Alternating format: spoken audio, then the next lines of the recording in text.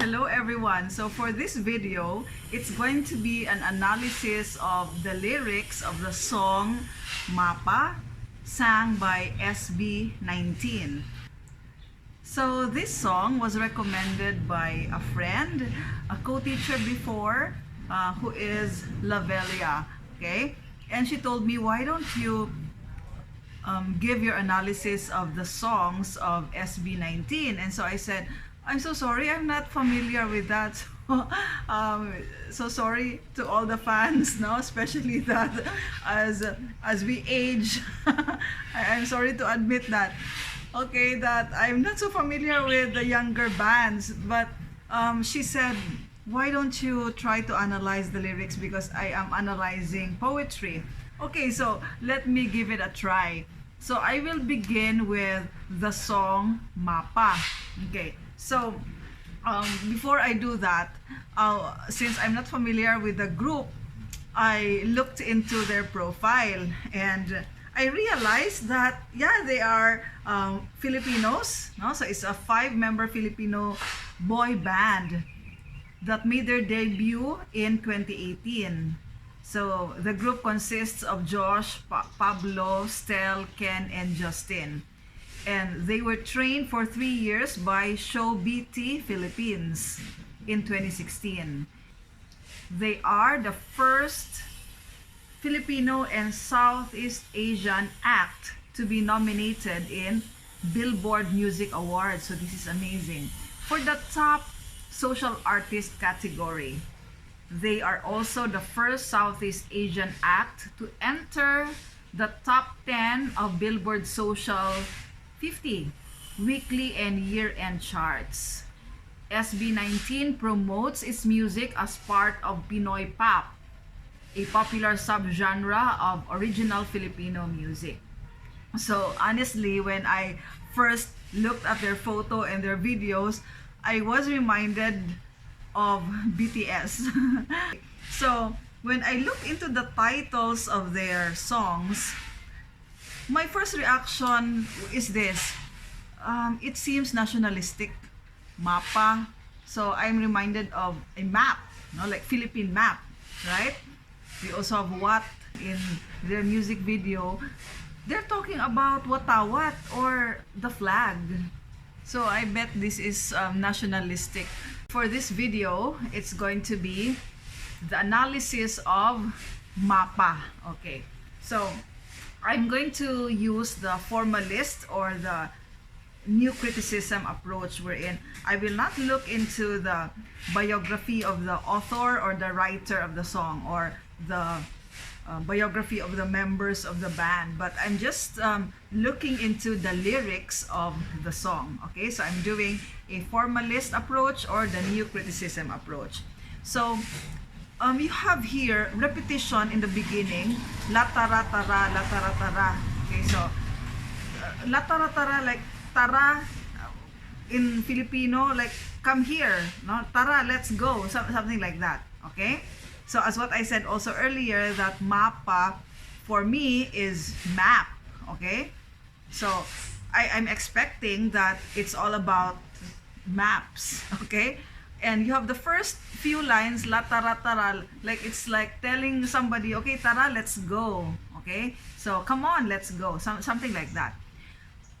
But after that, you have the stanza, Mama, kumusta na? So like, Mother, how are you? Okay? Di na tayo laging nakikita, so we don't see each other often. Miss na kita, so I miss you so much, because of the word sobra. Miss na kita sobra, so I miss you so much. Lagi na lang kami ang nauuna, so it's always us who is always first. Okay, so it's like saying that, Mama, you are always prioritizing us, your children. Di ba pwedeng ikaw muna, akin ang pangamba? Okay, so what about you that will be the first? Okay, di ba pwedeng ikaw muna? So would it be alright if it's going to be you first who will be prioritized? Akin na ang pangamba. So, and the fear will be in me. Okay, So the stanza here is you have the persona talking to his or her mother. Okay. And then the next stanza, dahil ikaw ang aking mata, so you are my eyes. Sa tuwing mundo'y nag-iiba. So every time the world changes, you are my eyes. Ang dahilan ng aking paghinga. So you are the reason why I breathe. Okay? So for me, I am a mother. When I listen to this song, of course, I will be very delighted. I'll be happy that my son is speaking that, no, or those lines to me. Okay? But when I look into all the lyrics, all the lines here, I would say that it's more than the mother.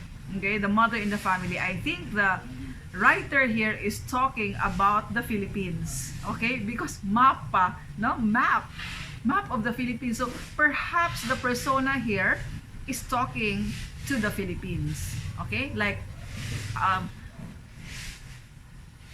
the Philippines is always concerned with the Filipinos, but am I concerned for my country?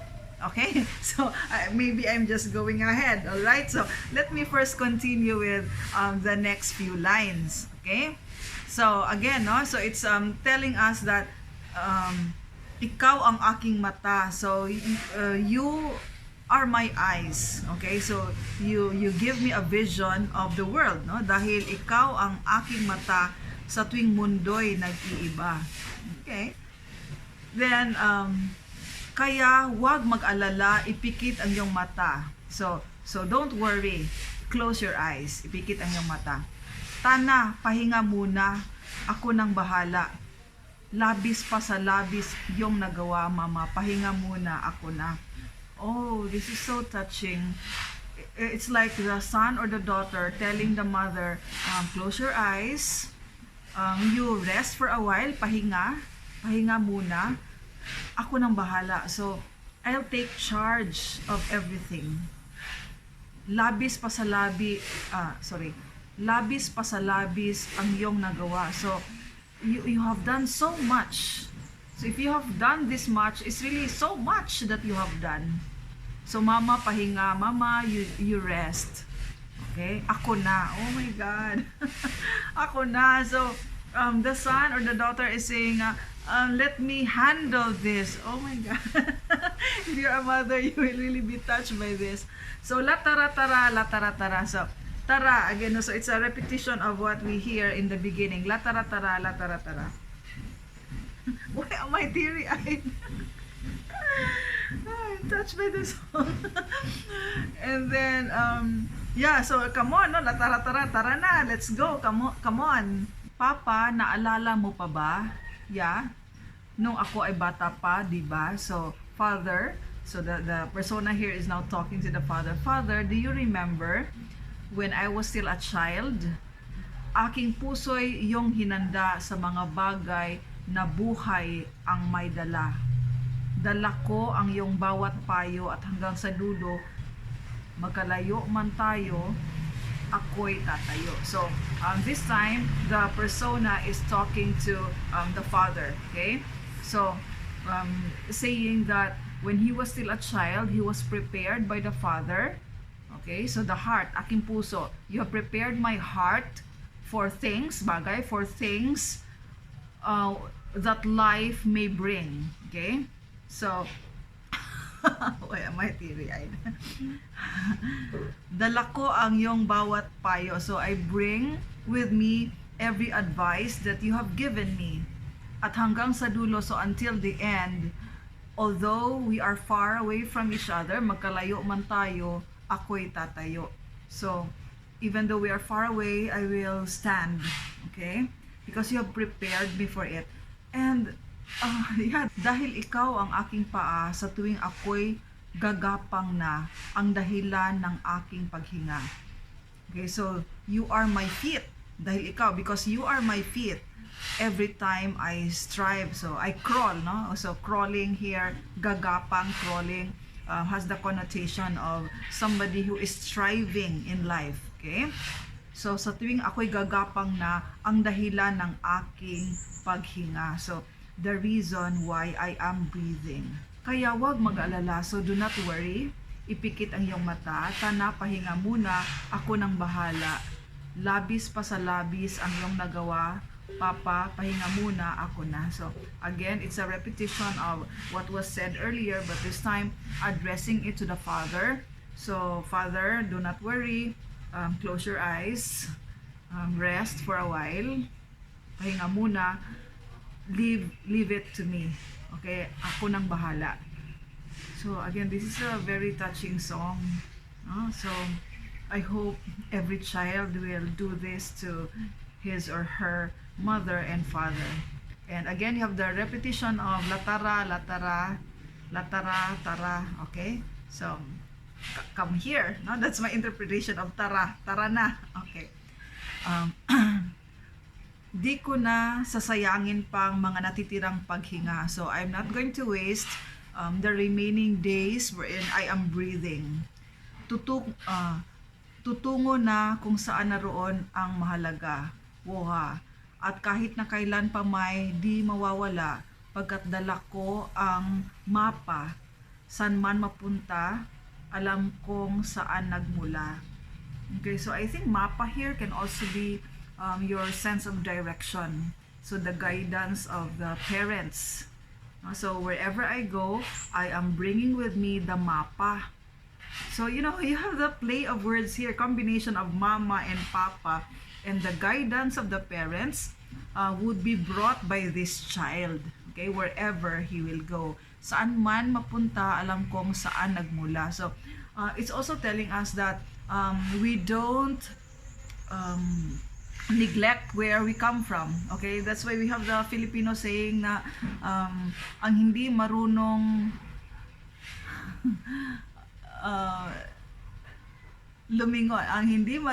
lumingon sa pinanggalingan ay walang patutunguhan. So for those who don't see their past, they have no future, something like that. Like they have no direction in the future. Okay, so it's the map here, no, that is being referred to. Okay, the guidance of the parents. So wag mag-alala, ipikit ang iyong mata, tana, pahinga muna, ako na. So again, no, it's being repeated that the child is ready to take the responsibility. Wag maalala, ipikit ang iyong mata, pahinga muna, ako nang bahala. Labis pa sa labis ang iyong nagawa. Mapa, pahinga muna. So in this stanza, it's now speaking to both the father and the mother. Okay.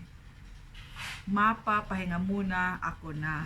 Okay, so I think that mapa here, no, if I'm going to summarize everything, first talking to the mother and the father, okay, that their guidance will always be there, and it will serve as a reminder of the child that he has been raised well by his parents, and whatever was said or done by the parents, they would really be the guiding light of the son or daughter. So your guide, your map. But if I also look into the other songs, although this is not formalist approach anymore, I'm looking into the other songs of the group, and they want to promote nationalism. So I think that it's also talking about the Philippines, okay? That as a Filipino, wherever we are, we always talk about our being a Filipino, and that can never be erased no matter where we are in the world. And we bring that with us, okay? Our characteristics as Filipinos, being hardworking, being hospitable, caring, especially for OFWs. They are really actually preferred as workers because there is this different Filipino tender loving care. Okay, but you know, I think that in any way this song can be interpreted, that it can be mother and father, but MAPA here can also be about the Philippine map, and the Philippine map can be a symbolism of the Philippines as a whole, that being a Filipino, we always look back, and our characteristics as Filipinos, we bring them with us wherever we go. So I've never realized that this is a very touching song, that I was teary-eyed earlier. So um, I'm looking forward to looking at the other lyrics of SB19. So their lines here are amazing. So perhaps I will become a fan of this group. So to my friend Lavelia, thank you very much for introducing me to this group. Okay, so if you are new to my channel, please don't forget to like and subscribe. Bye.